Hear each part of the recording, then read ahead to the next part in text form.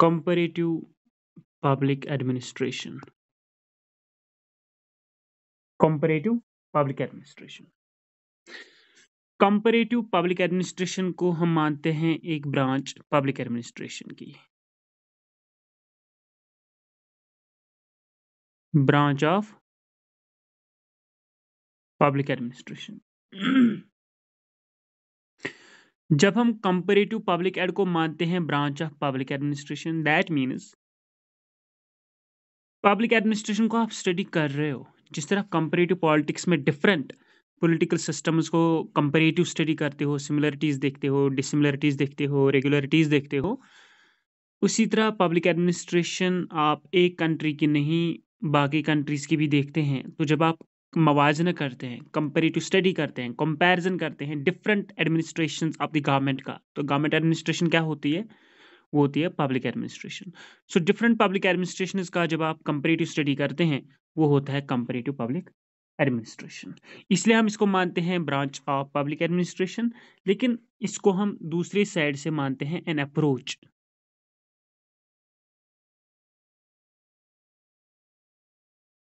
ये एक अप्रोच भी है, और एज एन अप्रोच जब हम इसको देखते हैं तो तब ये क्या बनता है?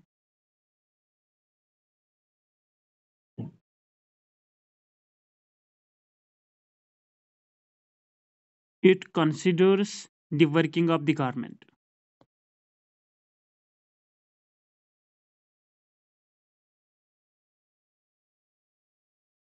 जो गवर्नमेंट की फंक्शनिंग होती है, जो गवर्नमेंट की वर्किंग होती है, उसको एज एन अप्रोच जब हम देखते हैं कंपैरेटिव पब्लिक एडमिनिस्ट्रेशन को, तो उस टाइम हम गवर्नमेंट की जो फंक्शनिंग होती है, वर्किंग होती है, उसको हम डिफरेंट एनवायरमेंटल सेटिंग से स्टडी करते हैं।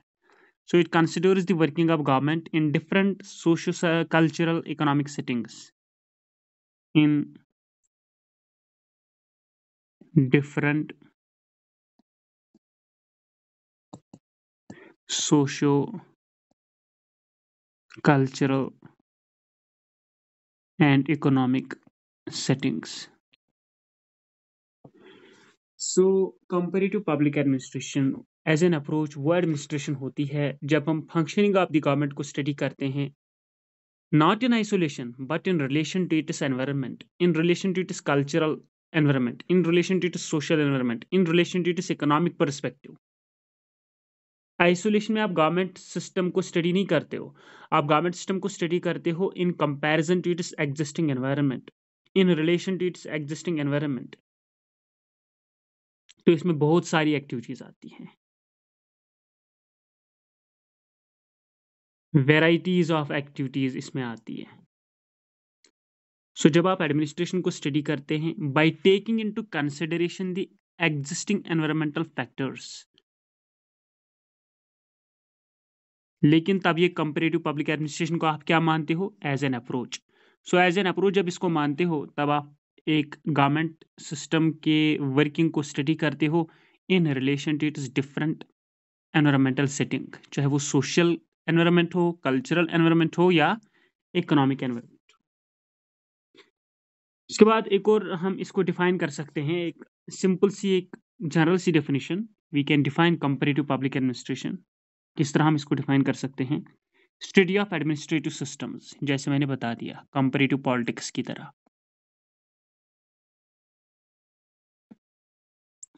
Study of administrative systems,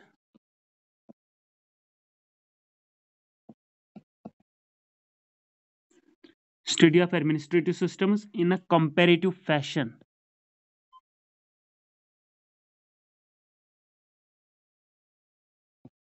in comparative fashion. ORR comparative public administration को एक तरह से हम मानते हैं study of administrative systems. So administrative system एक है, एडमिनिस्ट्रेटिव सिस्टम्स बहुत सारे हैं। तो कंपैरेटिव पब्लिक एडमिनिस्ट्रेशन होती है study of administrative systems in comparative fashion, that means आप कंपैरिजन करते हो Asian administration versus African administration, western versus eastern, European versus Asian, African versus American, German versus England, American versus Canadian. तो वहाँ आप वो comparative fashion, comparative study करते हो। जब आप एडमिनिस्ट्रेटिव सिस्टम्स को कंपैरेटिव स्टडी करते हो, वहां पर वो कंपैरेटिव पब्लिक एडमिनिस्ट्रेशन बन जाती है, या इसको हम जनरली एक लेम लैंग्वेज में देखेंगे, study of public administration in other countries.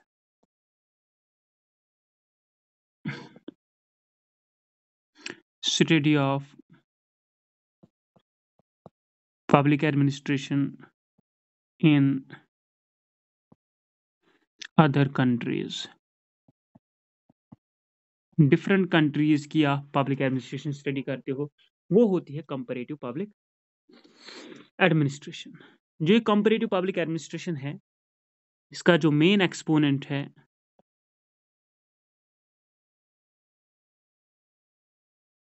Main exponent जो इसका है वो है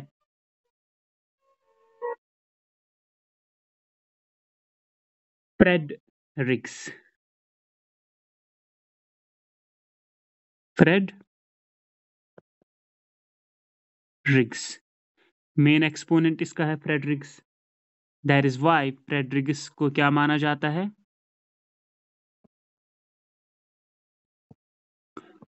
father of comparative public administration, CPA। Friedrichs को माना जाता है father of comparative public administration. So जब हम इंट्रोड्यूस करते हैं ये पब्लिक एडमिनिस्ट्रेशन कंपैरेटिव वाली क्या है, इसको हम मानते हैं branch of public administration. As an approach जब हम इसको देखते हैं तो हम कहते हैं वर्किंग ऑफ द गवर्नमेंट को स्टडी करना है विद डिफरेंट एनवायरमेंटल सेटिंग्स। लेकिन जब हम सिंपली इसको समझने की कोशिश करते हैं एक लेम लैंग्वेज में, तो हम कहते हैं ये डिफरेंट एडमिनिस्ट्रेटिव सिस्टम्स को कंपैरेटिव वे से स्टडी करना है, क्योंकि इसका नाम ही है comparative public administration, that is study of different public administration of different countries. So main exponent इसका जो है फ्रेडरिक्स है, that is why he is also known as father of comparative public administration. अब यहां पर एक बात यह है, why we study comparative public administration. एक क्वेश्चन है, why we study comparative public administration. हम ये क्यों स्टडी कर रहे हैं कंपैरेटिव पब्लिक एडमिनिस्ट्रेशन को? Let's C.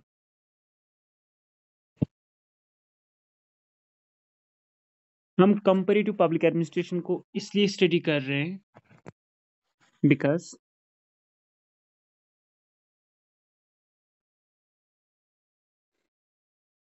It involve study of, इसमें क्या आता है, study of cross cultural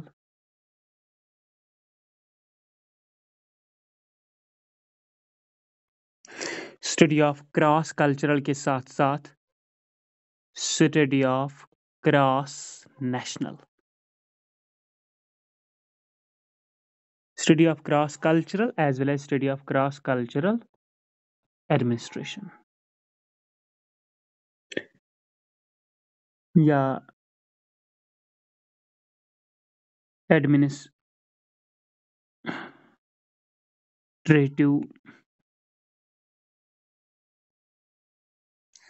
systems.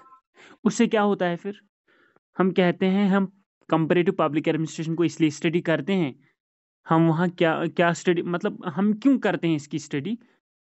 Comparative public administration की स्टडी हम करते हैं इसलिए क्योंकि हम वहाँ पर स्टडी करते हैं different cultures, that is cross culture. Asia, Africa, इनका कल्चर, वेस्ट, ईस्ट, इनका culture. So cross cultural, Asian culture, western culture, eastern culture, African culture. तो क्रॉस कल्चरल स्टडी भी आप करते हो और एडमिनिस्ट्रेटिव सिस्टम्स को भी स्टडी करते हो नेशनल लेवल के, चाहे वो अफ्रीकन हो, एशियन हो, ऑस्ट्रेलियन हो, न्यूजीलैंड वाली हो, अमेरिकन हो, जापानीज हो। नेशनल एडमिनिस्ट्रेटिव सिस्टम्स को भी आप स्टडी करते हो इन कंपैरिजन। क्यों करते हो ये कल्चरल, क्रॉस कल्चरल और क्रॉस नेशनल एडमिनिस्ट्रेटिव स्टडी क्यों करते हैं आप? इससे क्या फायदा होता है आपको? इससे हमें पता चलता है कि बेस्ट सिस्टम क्या है। That means it led us to it led us to learn distinctive features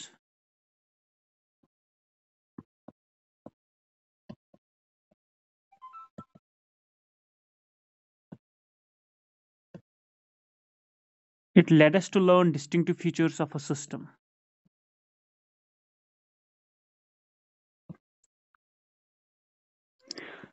या group of systems.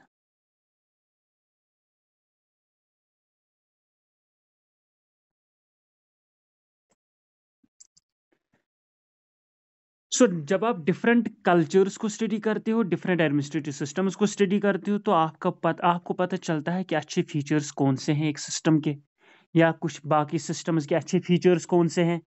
उसके साथ साथ एक पर्टिकुलर सिस्टम क्यों सक्सेसफुल हो जाता है, और दूसरा पर्टिकुलर सिस्टम क्यों बार बार क्या होता है, नाकाम होता है, नाकाम फेल होता है। ये सब आपको कैसे पता चलता है? जब आप क्रॉस कल्चरल और क्रॉस नेशनल स्टडी करते हैं एडमिनिस्ट्रेटिव सिस्टम्स का, उससे आपको कुछ सिस्टम्स के अच्छे फीचर्स का पता चलता है, जिससे वो कामयाब से हमकिनार होते हैं। और इस क्रॉस कल्चरल और क्रॉस नेशनल स्टडी से आपको ये भी पता चलता है कि एक सिस्टम में कौन से वो फीचर्स है जिनकी वजह से वो सिस्टम फेलियर का शिकार होता है, नाकाम रहता है। और ये क्रॉस कल्चरल स्टडी या क्रॉस नेशनल स्टडी जो भी है, आप ये कहाँ पे करते हो? डिफरेंट या पर्टिकुलर इकोलॉजिकल सेटिंग्स में, environmental settings, ecological settings. So why do we study comparative public administration? Because it involves cross cultural study, एक दूसरे कंट्रीज के कल्चरल कंपैरिजन ऑफ कल्चर्स का, एक दूसरे कंट्रीज के कंपैरिजन नेशनल एडमिनिस्ट्रेटिव सिस्टम्स का। उससे क्या पता चलता है कि एक अच्छे सिस्टम के अच्छे फीचर्स क्या है जो उसकी कामयाबी के राज है, एक सिस्टम के वो फीचर्स कौन से हैं जिसकी वजह से वो सिस्टम नाकाम रहता है। और इस स्टडी को हम करते हैं, स्टडी कहाँ पे, इसको हम कैरी ऑन करते हैं इकोलॉजिकल सेटिंग्स में, एग्जिस्टिंग एनवायरमेंटल सेटिंग्स में। सो ये रीज़न है हम क्यों कंपैरिजन करते हैं। आप दो सिस्टम्स का कंपैरिजन, आपने कोई ड्रेस लेनी है तो आप दो ड्रेसेस का कंपैरिजन करते हो, फिर कलर चूज करते हो, फिटिंग एटसेट्रा व्हाटएवर। इसी तरह यहाँ पर आप जो है दो एडमिनिस्ट्रेटिव सिस्टम्स को आप स्टडी करते हो, और आप आराम से बेस्ट वाला चूज कर सकते हो जब आप दोनों के फीचर्स देखोगे, दोनों के फीचर्स देखोगे। अच्छे फीचर्स कौन से हैं, अच्छे फीचर्स दूसरे में है या नहीं है, या जो वो फीचर्स है जिनकी वजह से नाकामी होती है वो किस सिस्टम में पाए जाते हैं, तो आप उसको प्रेफर नहीं करते हो। दैट इज़ वाई आप कंपैरिजन करते हैं। जब आपको चॉइस दिखाई जाती है तब जाके आप बेस्ट वाला चूज करते हो, लेकिन जब आपके पास एक ही होता है तो आपको बाकी फिर ज़्यादा ना माइंडसेट बाकी सिस्टम्स का नहीं सोचता है, बाकी चॉइसेस का नहीं सोचते हो आप, क्योंकि आपको वहाँ पर एक ही लिमिटेड चॉइस है। लेकिन बेस्ट एडमिनिस्ट्रेटिव सिस्टम के लिए आप क्या करते हो, आप डिफरेंट एडमिनिस्ट्रेटिव सिस्टम्स का क्रॉस कल्चरल और cross national study carry on करते हो, सो दैट आप एक बेस्ट वाला सिस्टम देखोगे विद डिफरेंट फीचर्स, जिनकी वजह से उसको या तो कामयाबी होती है या एक वरिष्ठ सिस्टम को नाकामी होती है। That is why we are studying comparative public administration. अब ये जो कंपैरेटिव पब्लिक एडमिनिस्ट्रेशन है, इसका नेचर क्या है? Nature of comparative public administration, comparative public administration का नेचर क्या है, यानी इसके फीचर्स क्या है? तो इससे हमें पता चलता है, जो हम ये करते हैं ना कंपैरेटिव स्टडी, ये हम एक सिस्टम का डिफरेंट इकोलॉजिकल सेटिंग्स में बिहेवियर देखते हैं। सो ये जो कंपैरेटिव पब्लिक एडमिनिस्ट्रेशन है, it looks like behavioural approach,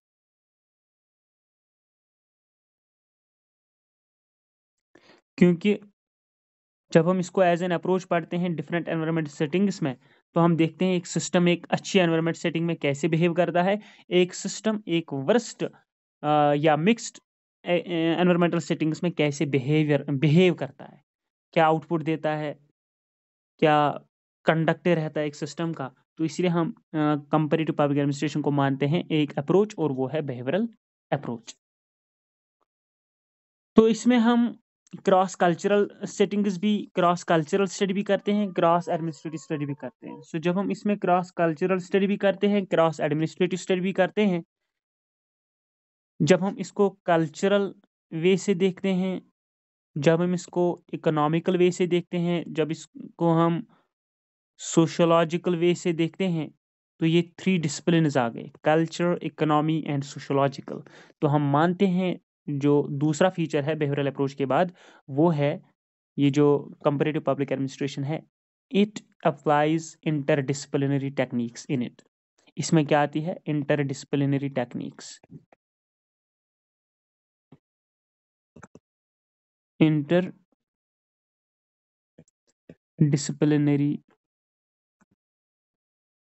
techniques आती है इसमें। एक डिसिप्लिन हुआ इकोनॉमिक्स, लेकिन आप सोशियोलॉजी को भी देखते हो, कल्चरल स्टडी से भी एंगल से भी देखते हो, तो ये इंटरडिसिप्लिनरी टेक्निक आप इस्तेमाल करते हो, ये भी इसका एक फीचर है। फिर एक और फीचर इसमें ये है, ये रियलिटी पे बेस्ड होता है। इसमें आप साइंटिफिकली देखते हैं, साइंटिफिक मेथड इस्तेमाल करके। ये साइंटिफिक मेथड क्या होता है? जब आप अफ्रीका वर्सेस एशियन कंट्री के एडमिनिस्ट्रेटिव सिस्टम को स्टडी करते हो, तो आपको रियल फैक्ट्स मिलते हैं, क्या अफ्रीका क्यों बैकवर्ड है, कुछ एशियन कंट्रीज क्यों फॉरवर्ड है, आपको रियल फैक्ट्स मिलते हैं। जहां आपको रियलिटी हासिल होती है उसको हम कहते हैं एम्पिरिकल अप्रोच। तो यहाँ पर ये जो है एक और फीचर इसका है कंपैरेटिव पब्लिक एडमिनिस्ट्रेशन का, it is oriented towards empirical approach.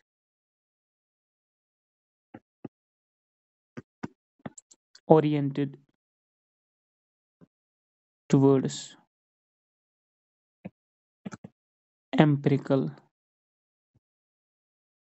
Approach, जो साइंटिफिकली प्रूव हो, जो रियलिटी हो।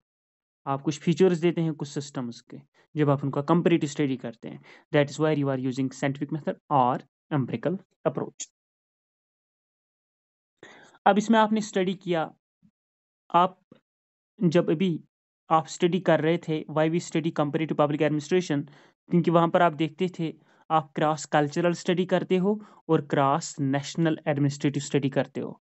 एडमिनिस्ट्रेटिव का आपस में मवाजना करते थे, कल्चर्स का भी मवाजना करते थे, लेकिन कैसे? आइसोलेशन में नहीं, in different environmental settings, ecological settings. So वो जो इकोलॉजिकल सेटिंग्स की बात होती है ना, सो दैट इज वाई एक और फीचर इसमें आता है, comparative public administration focuses on, किस पे फोकस करती है? Environment of administration, environment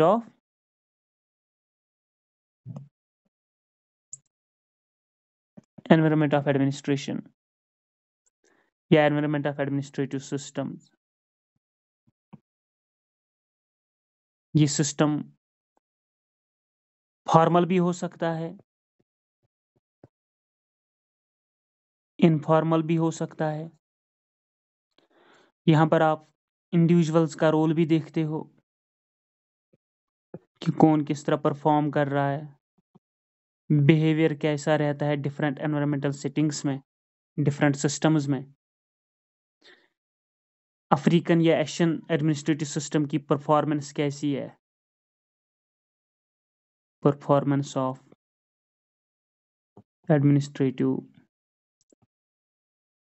systems या administrative system versus individual, administrative systems versus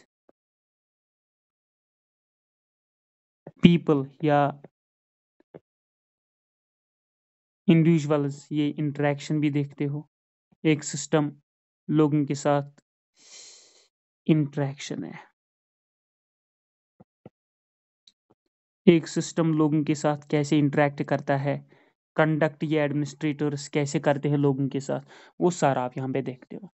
सो जब हम नेचर देखते हैं कंपैरेटिव पब्लिक एडमिनिस्ट्रेशन का, फीचर्स देखते हैं, तो वहाँ पर पहली बात होती है, इसको हम मानते हैं बिहेवियरल अप्रोच। यहाँ हम डिफरेंट एडमिनिस्ट्रेटिव सिस्टम्स को देखते हैं डिफरेंट एनवायरमेंटल सेटिंग्स में, तो इसीलिए हम इसको इंटरडिसिप्लिनरी मतलब टेक्निक्स हम कहते हैं, इंटरडिसिप्लिनरी टेक्निक्स हम यूज़ करते हैं, क्योंकि हम कल्चरल सेटिंग से भी सिस्टम को देखते हैं, इन सिस्टम्स को हम इकोनॉमिकल वे से भी देखते हैं, सोशोलॉजिकल वे से भी देखते हैं। तो 2-3 डिसिप्लिन जब आप स्टडी करते हो एक क्वेश्चन को, by taking help from economics, by taking help from political science, by taking help from sociology etc, economics एक डिसिप्लिन है, लेकिन एक प्रॉब्लम को आप सॉल्व करते हो, स्टडी करते हो, वो इकोनॉमिक टॉपिक है, लेकिन उस इकोनॉमिक्स के इकोनॉमिक टॉपिक को आप स्टडी करते हो by taking help from sociology, by taking help from biology, by taking help from history, तो वो वहाँ पर इंटरडिसिप्लिनरी बन जाता है।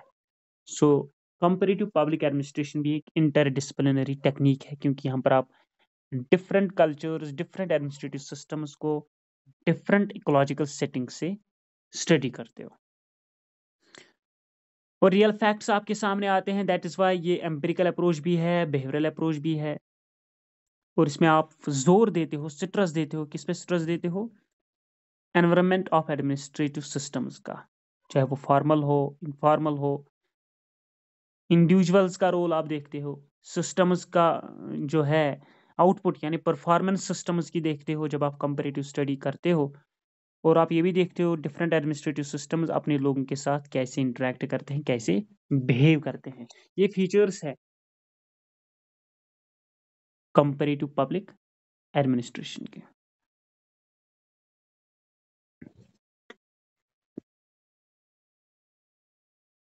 अब ये जो कंपैरेटिव पब्लिक एडमिनिस्ट्रेशन है, थोड़ा सा एक्स्ट्रा इसमें यह आता है, कंपैरेटिव पब्लिक एडमिनिस्ट्रेशन का जो फादर है वो है फ्रेडरिक्स, लेकिन इसी के रिलेटेड एक ग्रुप बनाया गया, उसको हम कहते हैं CAG। ये इंडियन कॉन्स्टिट्यूशन वाला CAG नहीं है, ये CAG जो है comparative administrative group, comparative administrative group, ये अमेरिका में बनाया गया था। और इस कंपैरेटिव एडमिनिस्ट्रेटिव ग्रुप के तहत American society for public administration was setup. American society for public administration, ये एक्स्ट्रा है, याद रखना। American Society for Public Administration was American Society for Public Administration was set up in 1963 under the chairmanship of Riggs.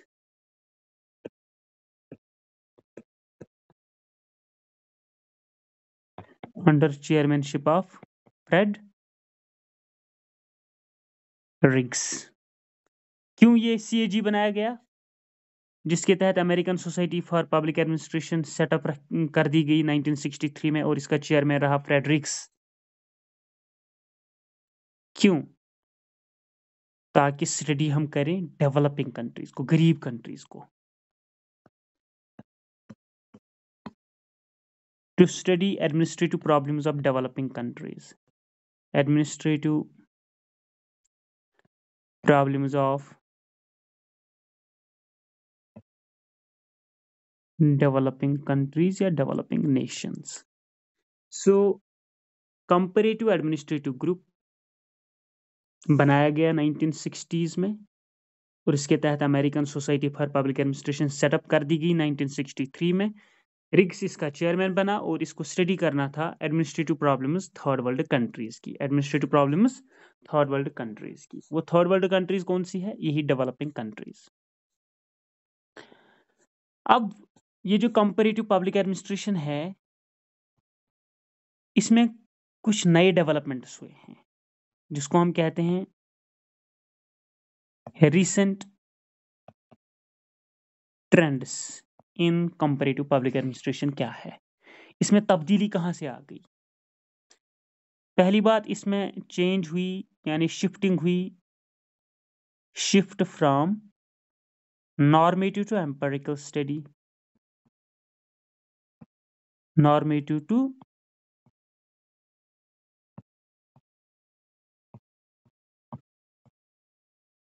Empirical study. ये normative to empirical study क्या होती है? Normative होता है ख्याली, जो कोई रियलिटी नहीं होती है जिसके पीछे, जो साइंटिफिकली आप प्रूव भी नहीं कर पाते हो, जैसे वो ट्रेडिशनल अप्रोच है फिलोसफिकल वगैरह। What ought to be, what ought, तो व्हाट ऑट टू बी को भी हम यहाँ पर कहेंगे यहाँ पे, क्योंकि ये न्यू कंपैरेटिव पब्लिक एडमिनिस्ट्रेशन में हमने देखना है, तो इस नॉर्मेटिव को हम यहाँ पर मानेंगे what public administration ought to be, वो है नॉर्मेटिव। तो इस कंपैरेटिव पब्लिक एडमिनिस्ट्रेशन में तब्दीली आ गई, इन्होंने शिफ्ट किया what public administration are to be से what public administration is, what public administration is. So ये रियलिटी है, ये इमेजिनेशन है, ये इमेजिनेशन है और ये एम्पिरिकल स्टडी जो है व्हाट पब्लिक एडमिनिस्ट्रेशन इज, ये रियलिटी है। तो ये शिफ्ट हुआ है कंपैरेटिव पब्लिक एडमिनिस्ट्रेशन में, नॉर्मेटिव से एम्पिरिकल स्टडी हो गई, यानी ख्याली दुनिया से रियल दुनिया की बात हो गई। What public administration are to be कैसी होनी चाहिए, what public administration is reality की बात है। इनिशियली तो पहला पॉइंट है shift from normative to empirical study, और दूसरा पॉइंट है shift from non ecological to ecological, non ecological to ecological. Non ecological में आता है आप एनवायरनमेंट पे फोकस नहीं करते हो, एनवायरमेंटल फैक्टर्स पे फोकस नहीं करते हो, लेकिन इकोलॉजिकल में आता है आप एग्जिस्टिंग एनवायरनमेंट को भी अंडरटेक करते हो स्टडी के दौरान।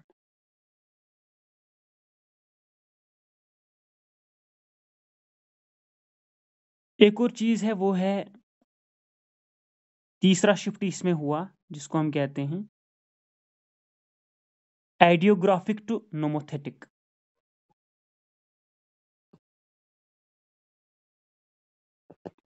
आइडियोग्राफिक टू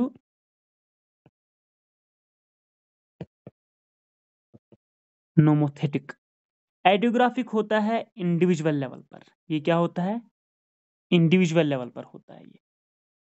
लेकिन जब हम नोमोथेटिक की बात करते हैं ये यूनिवर्सल है। ये क्या है, यूनिवर्सल।